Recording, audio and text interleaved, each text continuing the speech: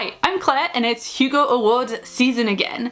Now that the nomination period is open for the 2019 awards, I have seen a few people asking for resources, tips and tricks on how to nominate, how to figure out what's eligible, my own recommendations, all that good stuff. So, being a massive Hugo Awards nerd myself, I thought I'd do a video or two all about it. Today we're going to cover definitions, timelines and resources, all the very factual stuff, and then I'll do a separate video with my own recommendations and the more subjective part of things, where I'll tell you all of the stuff that I absolutely loved in 2018. Before we start, just a quick disclaimer, I am a volunteer with this year's Worldcon Dublin 2019. I'm working solely on the programme though, I'm not involved with the organisation of the Hugo Awards ballot or ceremony or anything like that at all, so I am not speaking on behalf of the Hugo Awards team or on behalf of the convention in this video. I'm just speaking as a fan who's been nominating and voting in the Hugo Awards for a few years now, and who is probably way too emotionally invested in those things, but you know, nerd's gonna nerd. First up, I'm going to cover some very abridged definitions in case you're new to the Hugos, and then we'll go over a few technicalities, how to practically do things. The Hugos are a set of awards given out annually for the best science fiction or fantasy works or achievements of the previous year. There are categories recognizing works of fiction, professionals in the industry, fans doing cool critical work, and more. The awards are presented at the World Science Fiction Convention, Worldcon, every year, and they are voted on by the Worldcon membership. So that means both people who are going to that year's Worldcon and who will be there in person, and also people who can't go to the actual convention but who buy a non-attending membership so that they can vote in the awards. Nominations are open right now and they will be open until March 16th. During that period, the Hugo Award website says voters are encouraged to nominate up to 5 works or individuals in each category that they believe are worthy of a Hugo. The 6 most popular nominees in each category will go forward to the final ballot. Finalists should be announced in early April and the final voting ballot should come out not long after that. Now, I said the Worldcon membership can nominate and vote in the Hugos, but in practice, let's talk about what that means. Can you nominate? When do you do it? And how do you do it? You are eligible to nominate if you either were a member of last year's Worldcon in San Jose, California, or if you bought a membership for this year's Worldcon in Dublin, Ireland before the 31st of December 2018. If you are eligible to nominate, you should already have received an email about it from Dublin 2019. I have got mine.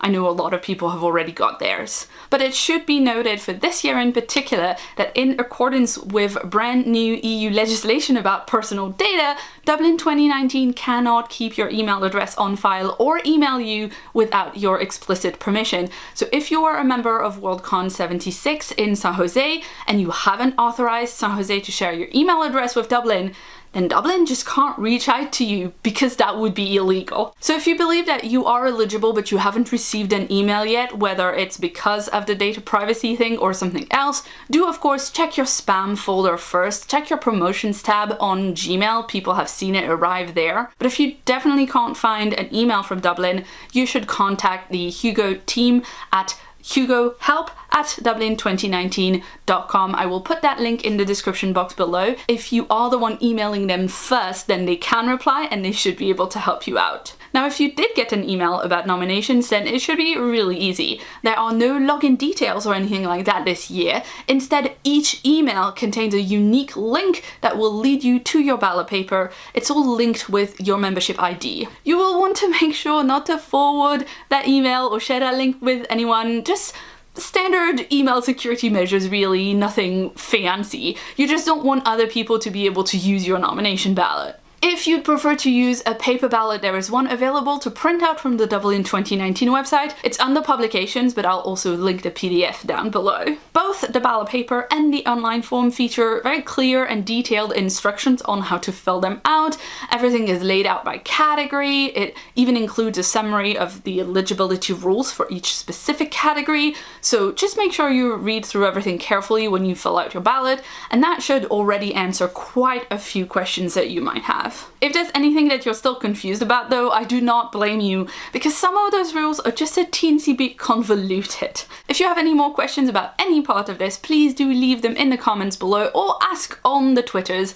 Most of us Hugo nerds will be delighted to try and help you out on this one. Now that we've covered who is eligible to participate and how to technically fill in our ballots, it is time for what is arguably the hardest part of this whole process, deciding what to actually put on your nomination ballots. And of course that is hugely personal, but here are some tips and techniques and some resources that I've found useful in the last few years of participating in the Hugo nominating process. The first thing you want to do is figure out what is eligible for a Hugo in the first place, which you can do in a number of ways. If you have a specific work in mind, you can of course check online for the release date to make sure it came out in the right year. You can check the running time for dramatic presentations to check whether it should be short form or long form, and you can check the word count for the fiction categories. All the details of how long things should be, that'll be either on your ballot paper or on the Hugo Awards website where it lists out all the categories. Now, I mentioned finding out about word count pretty casually there, and I realize that can be a bit tricky to figure out. It's not the easiest thing in the world to Google, but usually individual people, novelists, artists, critics, podcasters, YouTubers, people like that, they should let you know if they've created works that are eligible. You should check the creator's website, especially if they're a writer or a critic that's within SFF fandom. They should have a post up letting you know what work they have that is eligible, what category that work is eligible in, or they might have mentioned it on social media. I did an eligibility tweet this year, for instance. And of course there are some categories where that doesn't happen as much, especially in the dramatic presentation categories where the nominees tend to be big cinema or TV productions. They won't have a blog post up for that. And in any case, it can be a little bit daunting, and it is certainly a lot of work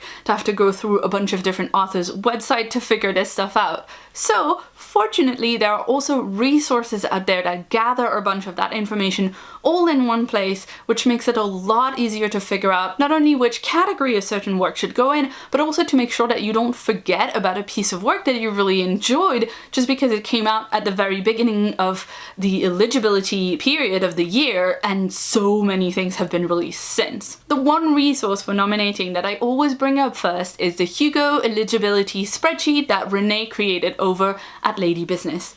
It is invaluable. It's a Google spreadsheet with a tab for each one of the Hugo categories, as well as a tab recapping the eligibility rules for each category. There is space for people to add works which are eligible and which they consider worthy of a nomination. For all the fiction categories, there's a column for the word count, so if someone finds the word count for a particular story, either by seeing it on an author's website or by asking them on social media, then they can just pop it in the spreadsheet and then no one has to do that research again. It's already in there. In the case of some short fiction or other media, things like fan essays, podcasts, video series, things that might already be available online for free, the spreadsheet will usually have a link to it in there, which makes it really easy to go and check out new things that you might want to include in your nominations.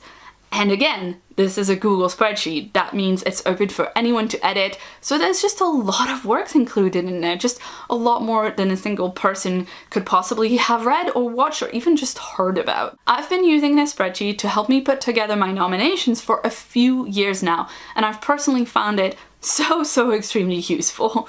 It helps because it reminds me of what came out in the previous year that I maybe enjoyed but didn't remember was eligible, and also because I can look through each category and see if there's anything that I missed reading or watching during the previous year that I was actually interested in. And if there is, I can decide if I want to check it out before the end of the nomination period. Now, in case you're not as fond of spreadsheets as I am, there are a few other resources that I wanted to shout out. First up, there is a wiki that works in a similar way to the spreadsheet with different articles for each of the award categories, and anyone can go in and edit it to add more eligible works. A few people have also put together blog posts gathering eligibility information from various places, including both the spreadsheet and the wiki, and then individual creators' blogs and websites.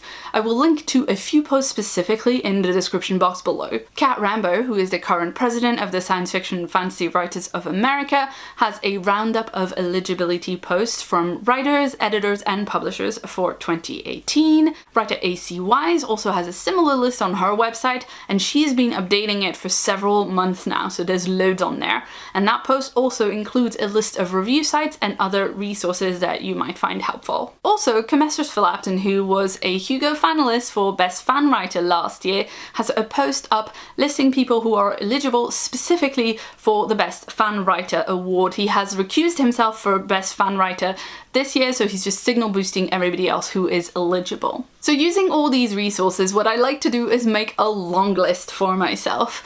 I make a list of all the eligible things that I've read or watched or listened to in the past year, and then I make a to read, to watch, to listen to list of cool stuff that's eligible and that I'm interested in.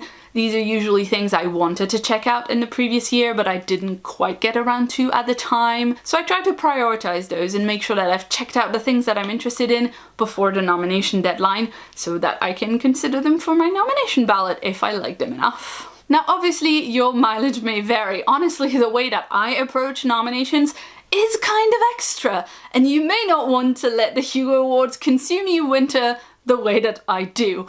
That is completely fine. You really don't have to do anything this complicated. You can just nominate things that are eligible and that you liked. You don't need to have read or seen all of the things in order to nominate. You can just nominate what you thought was the best in your year of enjoying SFF in 2018. And let's be real, I do make a long list because I enjoy the process, but then I usually fail to read, watch, listen to, consume about half of that list. And then when the final ballot is revealed, I know I'll have even more reading to do so I can actually vote. So if you prefer to just nominate things you've already enjoyed without doing any extra research, and then focus your efforts more on the final ballot, that is a completely valid choice. It makes more sense than what I do. So that's it, this was my Hugo nominations primer. I hope you enjoyed this video. I really hope you found it useful. Again, if you have any comments or questions, please leave them in the comments below. Or you can also tweet me. I'm always up for nerding out about the Hugos on pretty much any platform, and I will be delighted to help you out if I can, whether that's answering questions or directing you to someone who might be able to do that better than me. I just really like the Hugos and I want more people to participate in them all the time. If you'd like to see more from me, you can check out a previous video on screen right now. And if you haven't yet, please hit the subscribe button that's on my face for a new video from me every week. I've been Claire, thanks so much for watching, and see you soon.